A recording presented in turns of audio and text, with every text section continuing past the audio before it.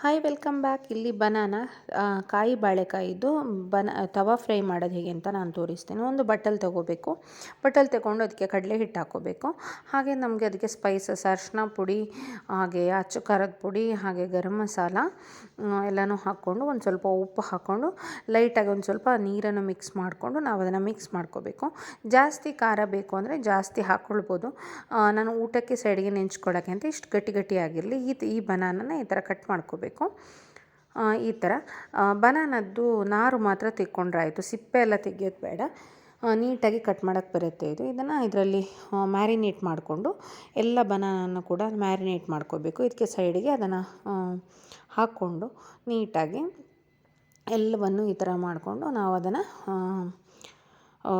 ತವಾದಲ್ಲಿ ನಾವು ಅದನ್ನು ಬೇಯಿಸ್ಕೊಳ್ಳೋದು. ಎರಡೂ ಬದಿನೂ ಬೇಗ ಬೇಯುತ್ತೆ. ಬಾಳೆಕಾಯಿ ನಾವು ಸಾಂಬಾರಿಗೆ ಯಾವುದಕ್ಕೆ ಯೂಸ್ ಮಾಡೋದಿದ್ರು ಬೇಗನೆ ಬೇಯುತ್ತೆ. ಹಾಗಾಗಿ ಇದನ್ನು ತುಂಬ ಏನು ಇದಕ್ಕೆ ಕೆಲಸ ಇಲ್ಲ. ನಾವು ಎರಡು ಬದಿ ಏನು ದೋಸೆ ಎಲ್ಲ ಬೇಯಿಸ್ಕೊತೀವಲ್ಲ ಹಾಗೆ ಎರಡು ಬದಿ ಬೇಯಿಸ್ಕೊಂಡ್ರೆ ಬಾಳೆಕಾಯಿ ಬೆಂದೋಗುತ್ತೆ, ತವಾ ಫ್ರೈ ರೆಡಿ ಆಗುತ್ತೆ. ಊಟದ ಜೊತೆ ಒಂದು ಸ್ವಲ್ಪ ಚಳಿ ವಾತಾವರಣ ಇದ್ದಾಗ ಅದನ್ನು ತಿನ್ನೋಕ್ಕೆ ತುಂಬ ಚೆನ್ನಾಗಿರುತ್ತೆ. ಊಟದ ಜೊತೆ ವೈಟ್ ರೈಸ್, ಬಾಯ್ಲ್ಡ್ ರೈಸ್ ಯಾವುದ್ರ ಜೊತೆ ಅದರನ್ನಾದರೂ ತಿನ್ನೋಕ್ಕೆ ತುಂಬ ಚೆನ್ನಾಗಿರುತ್ತೆ. ಖಾರ ಜಾಸ್ತಿ ಬೇಕು ಅಂತ ಹೇಳಿದರೆ ಒಂದು ಸ್ವಲ್ಪ ಅಚ್ಚ ಖಾರದ ಪುಡಿ ಎಲ್ಲ ನೀಟಾಗಿ ಹಾಕ್ಬೋದು. ಚೆನ್ನಾಗಿ ಬೆಂದಿದೆ, ನಿಮಗೆ ನೋಡಿದ್ರೆ ಗೊತ್ತಾಗ್ಬೋದು. ನಾನು ಅನ್ನದ ಜೊತೆ ಸರ್ವ್ ಮಾಡಿದ್ದೀನಿ.